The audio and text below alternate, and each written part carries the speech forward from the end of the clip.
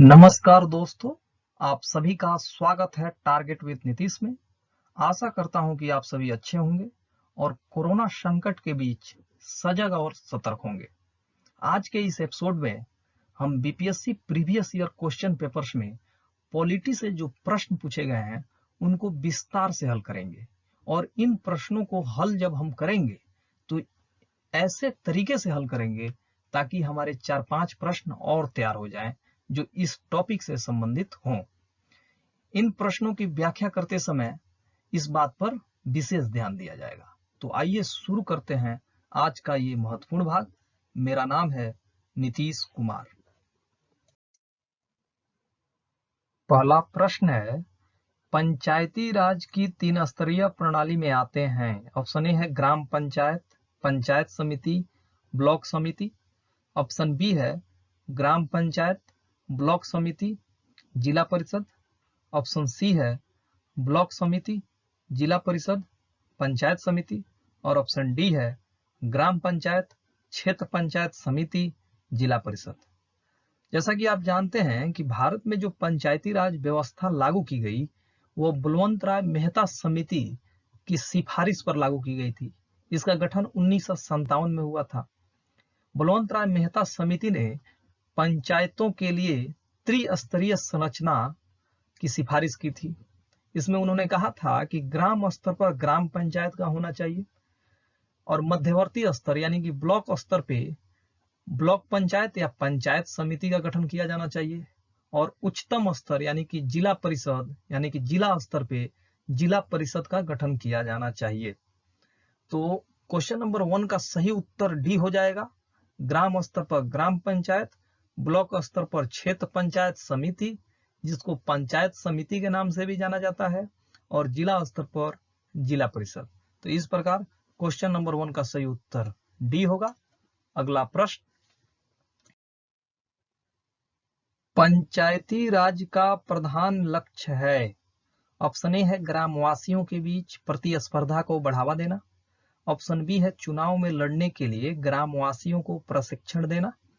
Option C है ग्रामवासियों में शक्ति का विकेंद्रीकरण और ऑप्शन डी है इनमें से कोई नहीं। बलवंत राय मेहता समिति का गठन क्यों हुआ था? बलवंत राय मेहता समिति का गठन जो सामुदायिक विकास कार्यक्रम 1952 में शुरू किए गए थे पंडित जवाहरलाल नेहरू, उनके मार्ग में और उनकी संरचना में क्या बाधाएं आ रही हैं कि वे सफल नहीं हो पा रही हैं, इसी पे रिसर्च करके बलवंत राय मेहता समिति को सिफारिश करना था।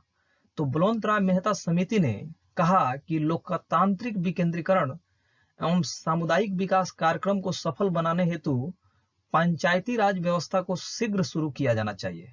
यानी कि पंचायती राज व्यवस्था का मुख्य उद्देश्य जो था वह शक्तियों का विकेंद्रीकरण करना था।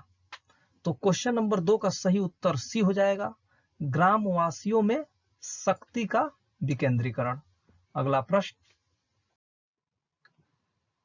सफलतापूर्वक कार्य हेतु पंचायती राज्य को पूरे सहयोग की जरूरत पड़ती है। ऑप्शन ए है स्थानीय जनता की, ऑप्शन बी है केंद्रीय सरकार की, ऑप्शन सी है नौकरशाही की और ऑप्शन डी है राज्य नेताओं को।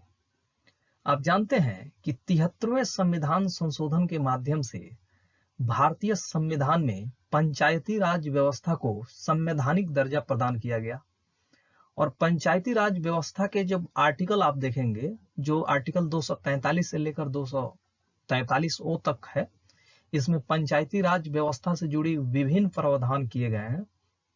तो आप पाएंगे कि आर्टिकल जो 243 है उसमें ग्राम सभा की परिभाषा दी गई है। ग्राम सभा का क्या तात्पर्य है? तो ग्राम सभा में किसी ग्राम पंचायत में जितने भी लोग मतदाता सूची में शामिल हैं, जिनका वोटर लिस्ट में नाम है यानी कि पंजीकृत हैं, उन सभी व्यक्तियों का समूह ही ग्राम सभा कहलाता है। इसका अर्थ यह है कि ग्राम सभा तथा कोई निर्वाचित निकाय नहीं है, अपितु ऐसे लोगों का समूह है जो इस क्षेत्र की मतदाता सूची में पंजीकृत हैं। यानी कि पंचायत जहां तक फैला हुआ है, एक पंचायत जहां तक फैला हुआ है उसमें जितने भी लोग निवास करते हैं और जिनका नाम मतदाता सूची में अंकित है तो वे ग्राम सभा के सदस्य हैं। और आप जानते हैं कि ग्राम सभा की बैठक होती रहती है और ग्राम सभा की बैठक के माध्यम से जो जो जनता है वहां की, वह जो है अपने मुद्दों को रखते हैं कि उनको क्या जरूरत है। और जो 73वां संविधान संशोधन हुआ, उसके द्वारा भारतीय संविधान में 11वीं अनुसूची जोड़ी गई, जिसमें पंचायतों के कार्य क्षेत्र से संबंधित 29 विषय बताए गए थे।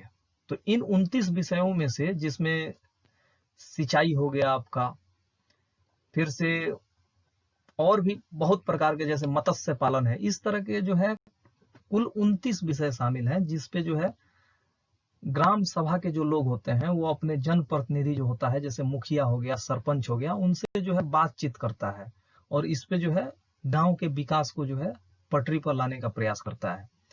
तो सफलतापूर्वक कार्य हेतु पंचायती राज्य को पूरे सहयोग की जरूरत पड़ती है।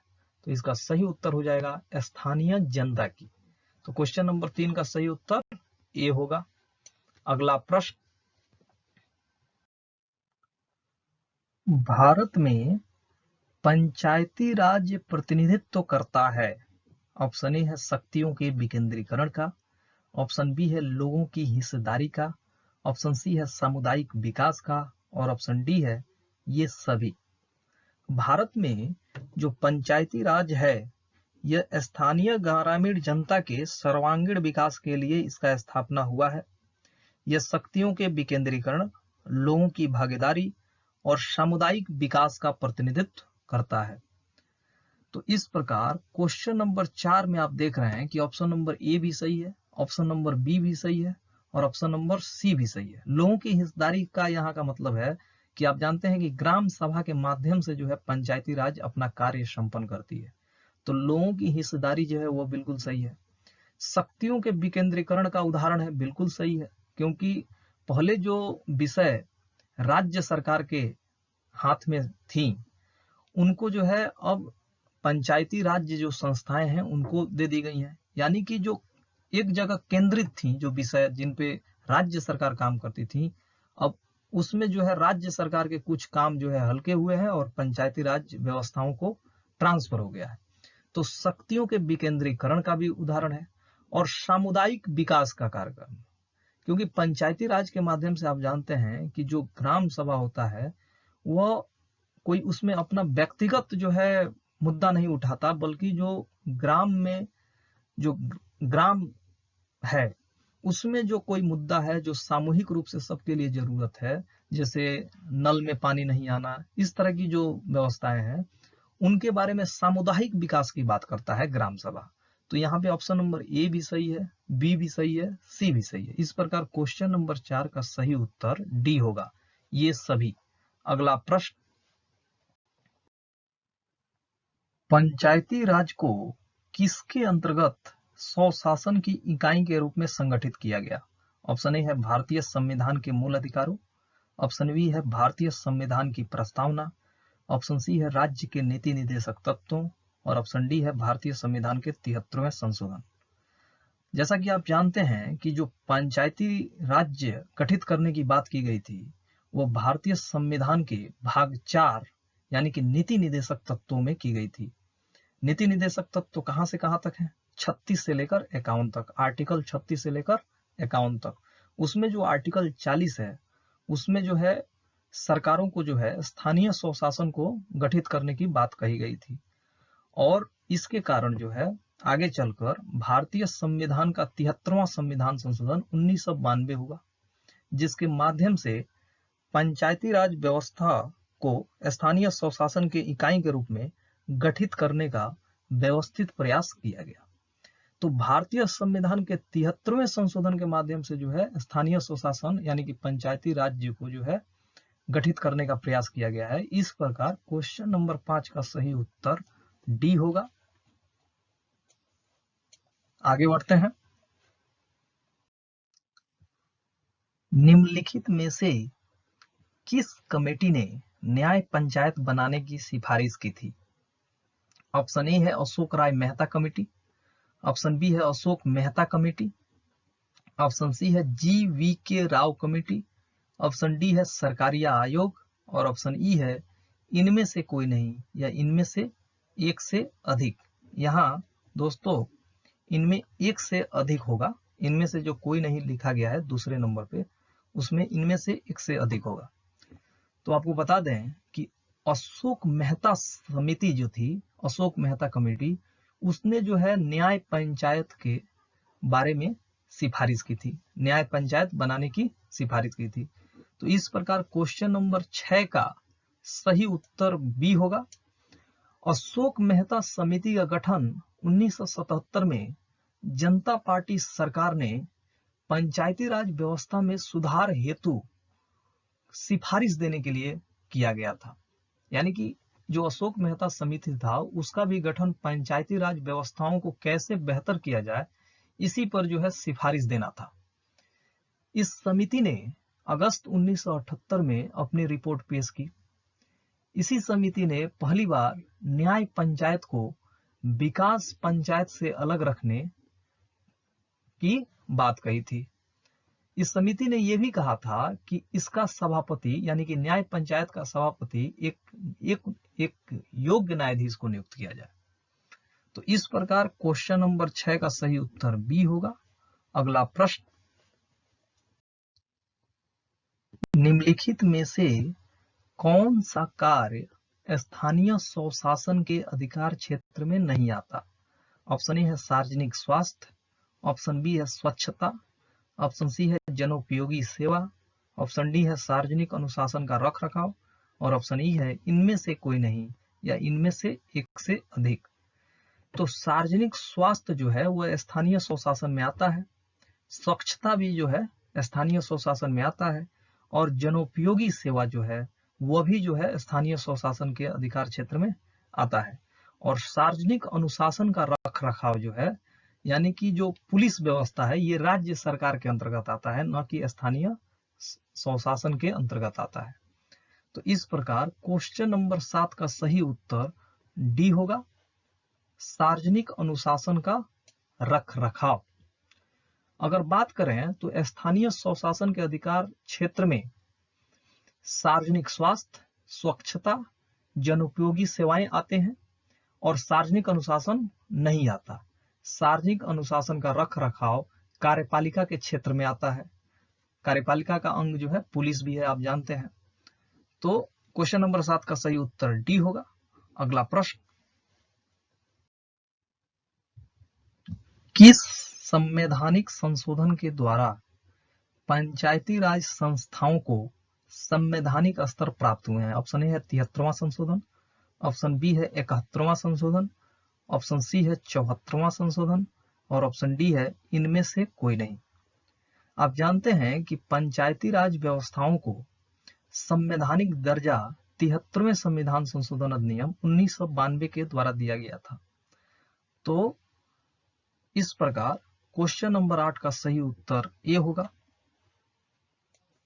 अगर यहाँ नगर पालिका की बात होती तो उसका सही उत्तर 74वां संविधान संशोधन होता, लेकिन यहाँ पंचायती राज व्यवस्था के बारे में बात हो रही है तो इसका सही उत्तर हो जाएगा ए नंबर 73वां संशोधन। अगला प्रश्न, भारत में इनमें से कौन सा विषय पंचायती राज संस्थाओं के अंतर्गत नहीं आता है? ऑप्शन ए है भूमि सुधारों का क्रियान्वयन, ऑप्शन बी है न्यायिक पुनरावलोकन जुडिशियल रिव्यू, ऑप्शन सी है निर्धनता निवारण कार्यक्रमों का इम्प्लीमेंटेशन, ऑप्शन डी है इनमें से कोई नहीं। आप जानते हैं कि पंचायती राज संस्थाओं के अंतर्गत भूमि सुधारों का इम्प्लीमेंटेशन भी आता है, निर्धनता निवारण कार्यक्रमों का क्रियान्वयन भी आता है।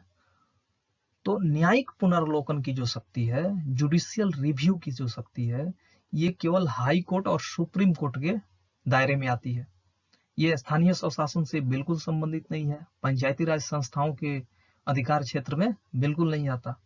तो इस प्रकार क्वेश्चन नंबर 9 का सही उत्तर बी होगा, न्यायिक पुनर्लोकन की शक्ति जो है वो पंचायती राज संस्थाओं के अंतर्गत नहीं आती। तो क्वेश्चन नंबर 9 का सही उत्तर क्या होगा? बी। अगला प्रश्न, भारतीय संविधान में संशोधन के लिए विधेयक लाया जा सकता है? ऑप्शन ए है केवल लोकसभा में, ऑप्शन बी है केवल राज्यसभा में, ऑप्शन सी है या तो लोकसभा में या राज्यसभा में, और ऑप्शन डी है भारत के सर्वोच्च न्यायालय में। तो जो संविधान संशोधन के बारे में बात कही गई है वो भारतीय संविधान के आर्टिकल 368 में कही गई है, और संविधान संशोधन के बारे में लोकसभा को जो है राज्यसभा से बराबर ही शक्ति प्राप्त है, अधिक शक्ति नहीं प्राप्त है। तो जो संविधान संशोधन विधेयक होते हैं उनपे जो है राज्यसभा और लोकसभा दोनों को बराबर शक्तियां प्राप्त हैं, और संविधान संशोधन विधेयक लोकसभा में भी लाया जा सकता है और राज्यसभा में भी लाया जा सकता है। अगर यहाँ पे बात धन विधेयक की होती तो लोकसभा इसका सही उत्तर होता, राज्यसभा नहीं, क्योंकि धन विधेयक की शुरुआत लोकसभा में की जाती है। तो यहाँ तो संविधान संशोधन की बात हो रही है। इस प्रकार क्वेश्चन नंबर 10 का सही उत्तर सी होगा।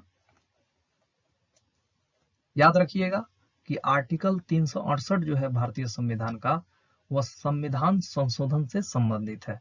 इसमें जो है संविधान संशोधन से संबंधित जो भी नियम कानून है उनके बारे में बताया गया है। अगला प्रश्न,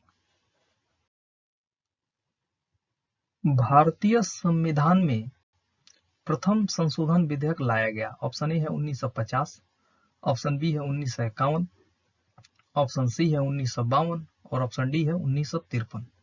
आप जानते हैं कि भारतीय संविधान में जो है जो प्रथम संशोधन विधेयक लाया गया था वो भूमि सुधार से संबंधित था, और इसी संशोधन के माध्यम से जो है भारतीय संविधान में 9वीं अनुसूची भी जोड़ी गई थी।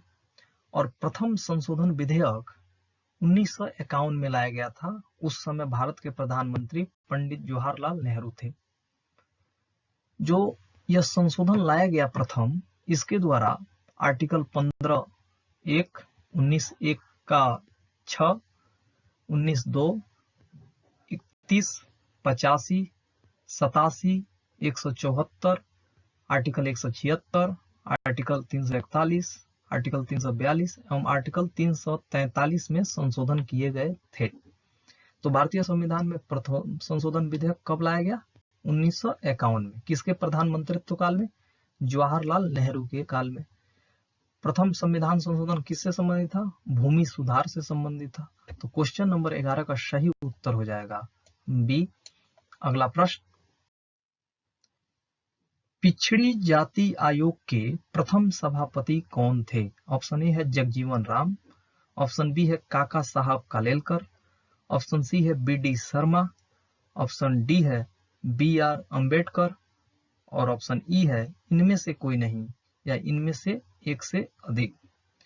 पिछड़ी जाति आयोग जो गठित हुआ था वह भारतीय संविधान के अनुच्छेद 340 के तहत हुआ था, और प्रथम पिछड़ी जाति आयोग के जो अध्यक्ष थे वह काका साहेब कालेलकर थे। और द्वितीय पिछड़ा आयोग जो गठित हुआ था उसके जो आयोग थे वह बीपी मंडल साहब जी थे, जिसने जो है 27% आरक्षण की बात ओबीसी के लिए की थी। बीपी मंडल के नेतृत्व वाला जो पिछड़ा जाति आयोग, द्वितीय पिछड़ा जाति आयोग था, उसने की थी। तो पिछड़ी जाति आयोग के प्रथम सभापति कौन थे? काका साहब कालेलकर। इस प्रकार क्वेश्चन नंबर 12 का सही उत्तर जो होगा वह बी होगा, काका साहब कालेलकर। अगर बात की जाए कि पिछड़ी जाति आयोग जो था, प्रथम पिछड़ी जाति आयोग, उसका गठन कब हुआ था? तो इसका गठन 29 जनवरी 1953 को हुआ था। अगला प्रश्न, राज्य लोक सेवा आयोग के अध्यक्ष किसके द्वारा नियुक्त किया जाता है? ऑप्शन ए है संघ लोक सेवा आयोग, ऑप्शन बी है भारत के राष्ट्रपति, ऑप्शन सी है राज्य के राज्यपाल, ऑप्शन डी है मुख्यमंत्री और ऑप्शन ई है इनमें से कोई नहीं या इनमें से एक से अधिक। आपको बता दें कि राज्य लोक सेवा आयोग होता है उसके अध्यक्ष की नियुक्ति राज्य के राज्यपाल द्वारा की जाती है, लेकिन उसको केवल और केवल राष्ट्रपति ही हटा सकता है। जिस प्रकार संघ लोक सेवा आयोग के अध्यक्ष एवं सदस्यों को हटाया जाता है राष्ट्रपति के द्वारा, ठीक उसी प्रोसेस के द्वारा जो है राज्य लोक सेवा आयोग के अध्यक्ष को भी राष्ट्रपति ही केवल हटा सकता है, लेकिन नियुक्ति कौन करता है? राज्यपाल करता है। आपको बता दें कि भारतीय संविधान का अनुच्छेद 315 से लेकर 323 तक राज्य लोक सेवा आयोग की स्वतंत्रता, शक्तियां, इसके अलावा इसके गठन, सदस्यों की नियुक्ति एवं बर्खास्तगी इत्यादि का उल्लेख करता है। इस प्रकार क्वेश्चन नंबर 13 का सही उत्तर सी होगा, राज्य का राज्यपाल। अगला प्रश्न, भारतीय संविधान की 11वीं अनुसूची संबंधित है। ऑप्शन ए है पंचायती राज व्यवस्था से, ऑप्शन बी है नगर पंचायत से, ऑप्शन सी है राज्य सरकार से और ऑप्शन डी है केंद्र सरकार से। जैसा कि आप जानते हैं कि भारतीय संविधान की जो 11वीं अनुसूची है उसको भारतीय संविधान में 73वें संविधान संशोधन 1992 के द्वारा जोड़ा गया था और 11वीं अनुसूची में पंचायती राज व्यवस्था जो स्थापित की गई थी उसके अधिकार क्षेत्र में कितने विषय शामिल किए गए थे उसके बारे में उल्लेख करता है। तो कुल पंचायती राज व्यवस्था जो स्थापित की गई थी उसके दायरे में 29 विषय शामिल किए गए थे। तो भारतीय संविधान की 11वीं अनुसूची किससे संबंधित है? पंचायती राज व्यवस्था से। तो इस प्रकार क्वेश्चन नंबर 14 का सही उत्तर ए होगा। अगला प्रश्न, राज्यसभा के सभापति का निर्वाचन होता है। ऑप्शन ए है संसद के सभी सदस्यों द्वारा, ऑप्शन बी है प्रत्यक्ष रूप से जनता द्वारा, ऑप्शन सी है लोकसभा के सभी सदस्यों द्वारा और ऑप्शन डी है लोकसभा में बहुमत प्राप्त दल के सदस्यों द्वारा। आप जानते हैं कि राज्यसभा का जो सभापति होता है वह उपराष्ट्रपति होता है और उपराष्ट्रपति का जो निर्वाचन होता है वह संसद के सभी सदस्यों द्वारा होता है, यानी कि लोकसभा राज्यसभा के सभी सदस्यों द्वारा। तो इस प्रकार क्वेश्चन नंबर 15 का सही उत्तर ए होगा। तो ये रहा आज का महत्वपूर्ण भाग। आशा करता हूं कि इस एपिसोड के माध्यम से आपकी जानकारी काफी अच्छी हुई होगी और आपकी जो समझ है पॉलिटी के संदर्भ में उसमें भी वृद्धि हुई होगी। अगर आप भी चाहते हैं कि किसी अन्य विषय पर मैं वीडियो लाऊं तो आप कमेंट के माध्यम से जरूर बताइए। आपके इस कमेंट का मुझे इंतजार रहेगा। इस एपिसोड से अपने दोस्त यानी नीतीश कुमार को दीजिए इजाजत। कल फिर मिलेंगे इसी समय एक नए एपिसोड के साथ, कुछ नए प्रश्नों के संग्रह के साथ। तब तक के लिए शुभ विदा। कोरोना काल में अपना ख्याल रखिए, अपने घर के लोगों का ख्याल रखिए और बाहर जाने से बचिए। दीजिए इजाजत। नमस्कार।